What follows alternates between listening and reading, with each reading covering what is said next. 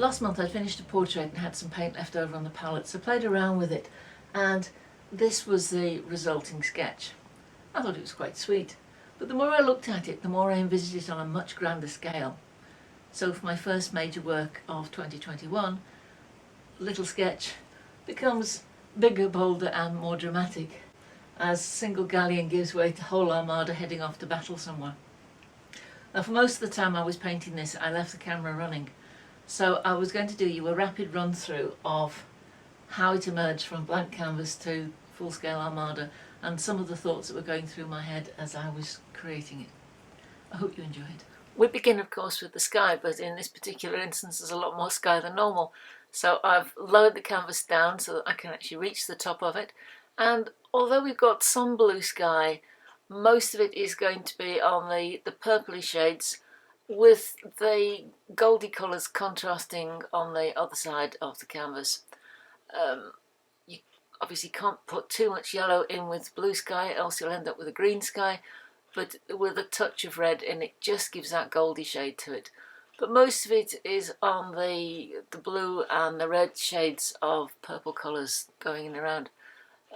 I know that I'm going to have the main galleon just headed off to the right of centre, so I'm not going to spend too much time with clouds around there, but at this point it's getting a whole range of the right colours, tones and shades, and some of the basic shapes. I know I'm going to highlight clouds and you can carry on working them, either building them up more bubbly fluffy clouds when they're dry.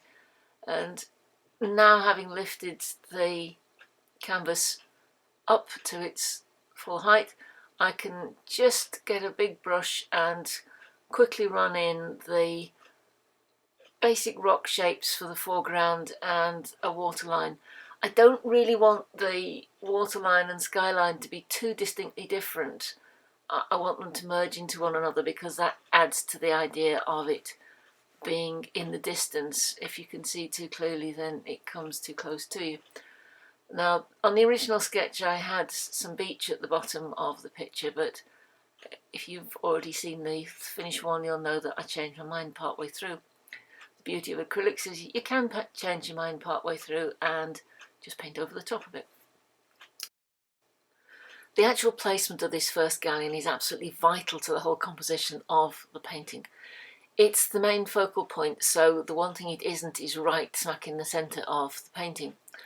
The base of the hull is actually on that lower horizontal third line, and the top of the mast, where it's going to have a red flag, is where the right vertical third line crosses over with the top horizontal third line. The angle for the masts are leaning towards the right, and that will give the whole thing a sense of movement, as the boat is obviously being carried along by the wind in the sails that we're going to be placing on all these arms. I did actually have a quick look at some paintings of galleons just to get myself a bit more familiar with the mast configuration, but it doesn't have to be the exact replica of a particular kind of galleon, it just needs to look galleon-like. Then with some creamy greys just to make out the initial placement of all the sails and the base of the hull and a few shadows, and then we're looking at doing the galleons to the left of the main galleon. Because I know the proportions that the main galleon has taken, so I can have ones that are going further into the distance where the hull has got to be above the baseline of that main hull and the top of the mast has got to be way below the top of the other masts, so that they appear smaller and therefore it tells the viewer that they are actually going into the distance. The same thing happens when we're doing the galleons to the right. And just a chance to add a bit more highlights to the sky. It's one of those areas that you just keep building up and building up, adding some more highlights as the paint starts to dry. And then I decided to change the galleons in front on the right hand side, and instead of just having the one and the smaller one, I put two in front of it. But that's the beauty of acrylics, you can just change your mind and paint something different. This foreground is a prime example of being able to change your mind and paint over the top with acrylics.